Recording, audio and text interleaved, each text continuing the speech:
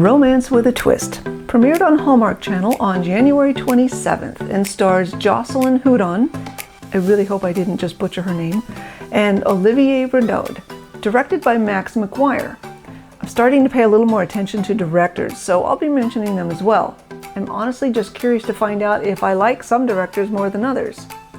This was the fourth new movie release for Hallmark for 2024, and the last of the New Year New Movie series for January. Here at Magical Movie Club, I'm always looking for that special Hallmark movie magical feeling, and I was really hopeful that this one would be it. How did it fare? Well, let's get right to it and find out. This one takes place in a small town called Hazleton, and it opens with Luna, played by Jocelyn Houdon, dancing around carefree in her kitchen. She's interrupted by the doorbell when Henry, whom we don't know yet, tells her a client is coming and she needs to go. All we see next is her stepping into a truck carrying a pair of heavy work boots. They head over to a local gym where some work is being done inside. We soon learn that her family owns a construction business that's been working on renovations at the studio. We also saw in the opening scenes that the town is hosting an arts festival, and it turns out Luna's family just got the contract to build everything for the festival. Next, we meet Luna's friend Gabby. Gabby appears to work for the company that's putting on the festival. We also learn that her brother is Bennett, the male lead character played by Olivier Renaud. He's a former Olympic gymnast who's been touring around the world as an aerial acrobat in a show called Cirque de Rêve. We find out that he's agreed to perform in the arts festival with his partner Elise, who happens to live in Hazleton. Gabby shows up with a reporter who looks very much like she never wanted this job covering the festival. And he's paired with who? A local farmer? Because seriously, she's thoroughly unimpressed with everything about it so far. I hear attendance has been down the past few years. Actually, come to think of it, no one seems to have any real high expectations about this festival. At all. With pretzels? Not like they do in Hallmark Christmas movies about their small town Christmas festivals. You know, that feeling, the energy and excitement they seem to have? I just didn't see it here. Anyway, next we see Bennett talking to a fan. And actually he's talking into a fan's phone, recording a video message of inspiration and encouragement for what I'm assuming is the fan's son. Obviously they're showing us he's supposed to be kind and personable and enjoys meeting his fans. Right? No. Honestly, I have no idea why they showed us that scene, because he was never like that at all for the rest of the entire movie. Gabby and I go to aerial yoga sometimes, so. Cool. As a matter of fact, that all changed immediately in the next scene when he walks into the gym and finds Luna having some fun trying to climb the scarves. Luna thought she was alone, of course, but when she sees Bennett, she not so graciously flips over and falls to the floor.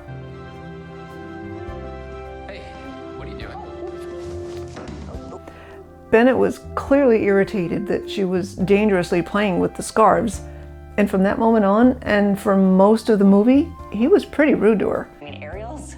Everyone's talking about it. Aerial. Oh. Aerial, there's no S. So again, why did they show us that previous scene with the fan? No idea. Well, it turns out Bennett's character isn't the only one with contradictions like this. Stay tuned and I'll come back to this topic. The next scene pretty well sets up the issue that will be the main theme of the movie. Bennett is at his sister Gabby's house, and he reveals that his partner Elise will not be performing with him at the festival after all. Gabby is distraught by this news because she says she's been publicizing the fact that the festival this year will be showcasing professional artists teamed with local residents, and Elise was the local.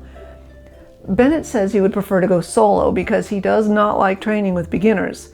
But Gabby insists that she's going to find someone local to be his partner anyway. Well, I will say the auditions were hilarious. This scene reminded me of the cheerleading tryouts in the movie The Replacements. These ladies had no clue what they were doing and had absolutely no grace. So, of course, Gabby talks Luna into trying out next. Luna used to be a dancer, so it didn't take much effort on Gabby's part to convince her to try out. Not to mention, they've made it pretty clear now that Luna really misses dancing. Of course, that's not the same at all as aerial acrobatics, but she still goes. So remember how I said Bennett was rude to her? Well, that continued when Luna walked in the door as the other girls were leaving, and Bennett had absolutely no interest in letting her try out. Auditions are over. He even turned his back on her and was talking to Gabby about his plans for a solo number right in front of Luna. So, what I'm thinking is a solo number. So when no one was looking, she went ahead and climbed up one of the scarves all the way up to the ceiling. And once he turned around and saw that she was up there and apparently the only one in town capable of climbing that high, he reluctantly gave her the chance to be in the show. Now, the next part was confusing to me. On the first day of rehearsal, she came right out and told him she was afraid of heights. That's irrelevant to me. Now, while I don't exactly like the way he responded to her, I'm not sure what she was expecting to accomplish, since he made it pretty clear he didn't want to work with her in the first place. Oh, so someone woke up this morning and chose sassy. You give me attitude, I will give it to you right back. Okay. The two of them bantering in the gym was pretty funny. I had missed that kind of bantering in the first 3 movies of the new year, so this was a little refreshing. And she did crack his shell just a little bit with this joke. Well, your feelings are not going to be able to lift your entire body weight over your head. What if they're strong feelings? At this point, we were about 20 minutes into the movie, and I'm going to be honest, not a whole lot happened for the next hour and a half that I thought added much. Yes, the rehearsals got better gradually. Then she fell, and Bennett totally gave up on her. And I know it wouldn't be a Hallmark movie without someone overreacting, right? But seriously, are you trying to tell me that no one ever falls during practice? And if you fall once, you're supposed to give up? Come on. I suppose you might be thinking at this point that I'm all Team Luna. Well, no, I didn't care for the way she practically begged him for praise after just one day of rehearsal. What about great work, Luna? Good first day. And again, near the end of the movie, when he asks if she's free later on, and she responds with a little too much, exuberance. I want to surprise you with something, but only if you're free. I'm free. Okay, it sounded desperate. And although I didn't care much for Bennett's character, I will side with him on one point.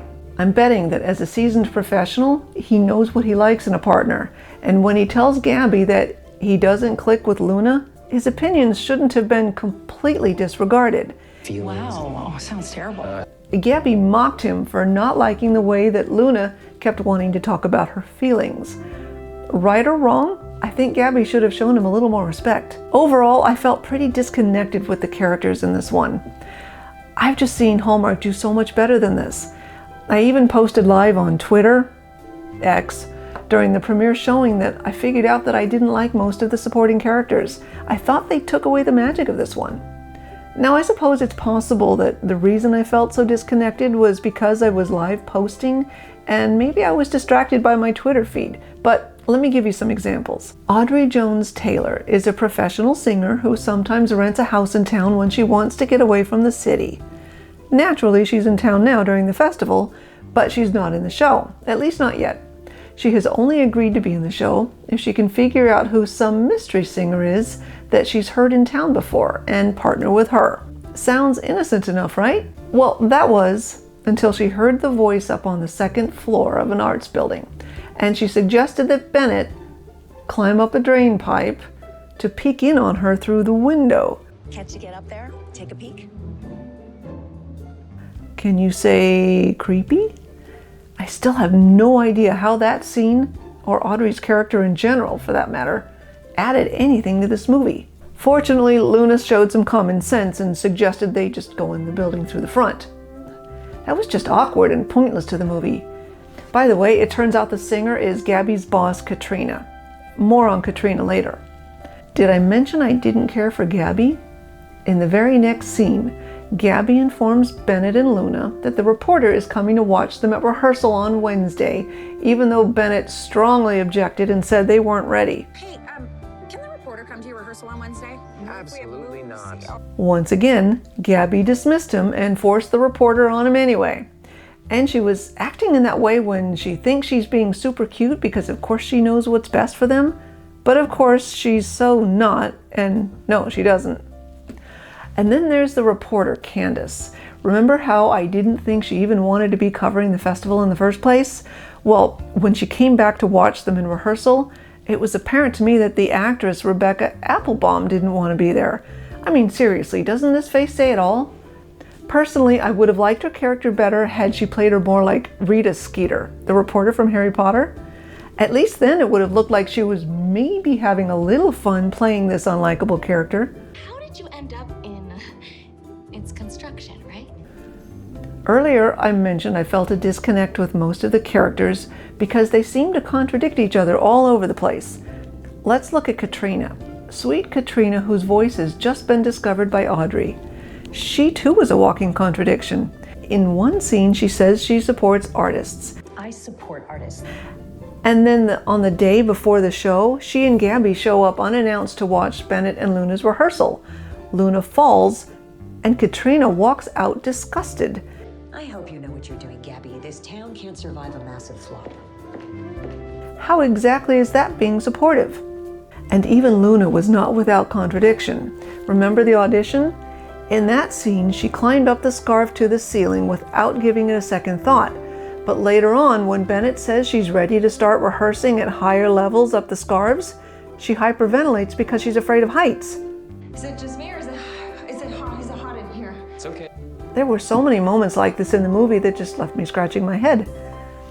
And not just contradictions, some moments just seemed forced. I've mentioned before in previous reviews that I don't care for scenes that look forced. Unfortunately, the treehouse scene was one of these for me. I didn't mind seeing how she reminisced about her childhood and the pain she felt when her dad drifted out of her life. But back up a moment to where they embraced each other to climb the treehouse to conquer her fear of heights. It was one flight of stairs. I'm sorry, that was just a little overdone in my opinion. And maybe I'm being insensitive, but walking up one flight of stairs wasn't exactly the major accomplishment they made it out to be. And then what was going on with Bennett's depressing mood the next morning after he and Luna had just spent a wonderful evening together? That's another example where the movie seemed disconnected to me. Do you need to talk? No, I mean, you don't have time. Just go. I mentioned that Katrina walked out on one of their rehearsals when Luna fell. Well, she fell when she noticed Bennett was in this funk and she got distracted. And guess what? Bennett followed suit and walked out right behind Katrina. Are you telling me no one ever falls during rehearsals? Wow. Another moment that left me scratching my head was when Bennett told Luna he prefers to keep his professional life and his personal life separate. Okay, I can understand that, and I expected that to be a critical point later on in the movie when they would develop feelings for one another. I don't recall it ever coming up again, but just let me know if I missed it. You know, after watching it the first time, I wasn't sure if I felt so disconnected because maybe I allowed myself to become distracted with live posting, tweeting on X. I even commented that night that I would have to sleep on it and watch it again. Well, after a more focused attempt at watching this movie, I can safely say for all of those reasons I just talked about, it was definitely the characters that had me all disconnected, and not my Twitter feed. Okay, with 10 minutes left in the movie, the show night of the festival finally arrived, and I even live posted, okay, this is the part I've been waiting for. It's time for some Hallmark movie magic. I don't know what I was expecting, but I was ready to sit back and enjoy a good finale. Well, the final show was good. I don't want to take away anything from the wonderful choreography and the aerial performance, but it wasn't as captivating as I had hoped. Not for me anyway. Not like the ending of Great American Family's A Paris Christmas Waltz. Perhaps someday I'll make a video review of that one. That had a spectacular ending that gave me goosebumps. I'm just saying, with this one, the show was over and all I could say was interesting. I think I got distracted by the camera panning back over to the audience way too much. I wanted to see an amazing show, not so much of the audience reaction all the time. Well, I think I've said enough about this one for now. It's time for me to decide what kind of rating to give. Was it magical? Perhaps there were some parts that were. Would I ever have it playing in the background if it was on live TV? Maybe. So with that, I'll give it 3 stars. Actually, my husband suggested with the movie reel and my logo, I should give it 3 reels. So here it is. What did you think? You know, I took a peek at some of the ratings on the Hallmark movie app, and I know plenty of people loved this movie. I'd love to hear why. As always, please share your thoughts and opinions on this movie in the comments below. I'm interested to find out how many of you agree with me and how many of you think I'm being too critical here and actually enjoyed this one. Either way, I'd love hearing what you think too. I have to say, I have high hopes for the February lineup. I mean, how can you go wrong with Jane Austen? Actually, the only story of hers I know, which is one of my absolute favorites by the way, is Pride and Prejudice. So I have no preconceived ideas about any of these new movies coming up. As always, thank you so much for watching this episode of Magical Movie Club. If you like this and want to see more, please subscribe to our channel and consider following us on Instagram at Magical Movie Club. And now we're on Twitter, X, at Magical Movie Club with no U. You can find those links below in the description, as well as links to the preview, a sneak peek video, and the movie page for Romance with a Twist at Hallmark.com.